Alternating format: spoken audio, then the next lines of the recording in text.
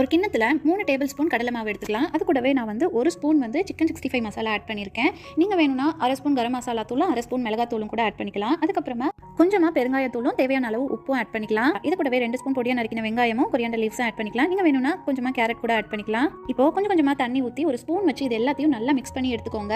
அந்த பேட்டர் வந்து ரொம்ப திக்காகவும் இருக்கக்கூடாது, ரொம்ப தண்ணியாகவும் இருக்கக்கூடாது. இந்த மாதிரி மீடியம் கன்சிஸ்டன்சியில் வர மாதிரி மிக்ஸ் பண்ணி எடுத்துக்கோங்க. இப்போ ஒரு பேனில் 2 ஸ்பூன் எண்ணெய் இந்த மாதிரி ஸ்ப்ரெட் பண்ணி ஊற்றிக்கோங்க. இப்போ நம்ம ஆல்ரெடி ரெடி பண்ணி வச்சிருக்க பேட்டரில் பிரெட்டை பார்த்தீங்கன்னா நான் இந்த மாதிரி கிராஸாக கட் பண்ணி வச்சிருக்கேன். கட் பண்ணிவிட்டு 2 சைடும் இந்த மாதிரி டிப் பண்ணிவிட்டு நம்ம அந்த பேனில் போட்டுக்கலாம்.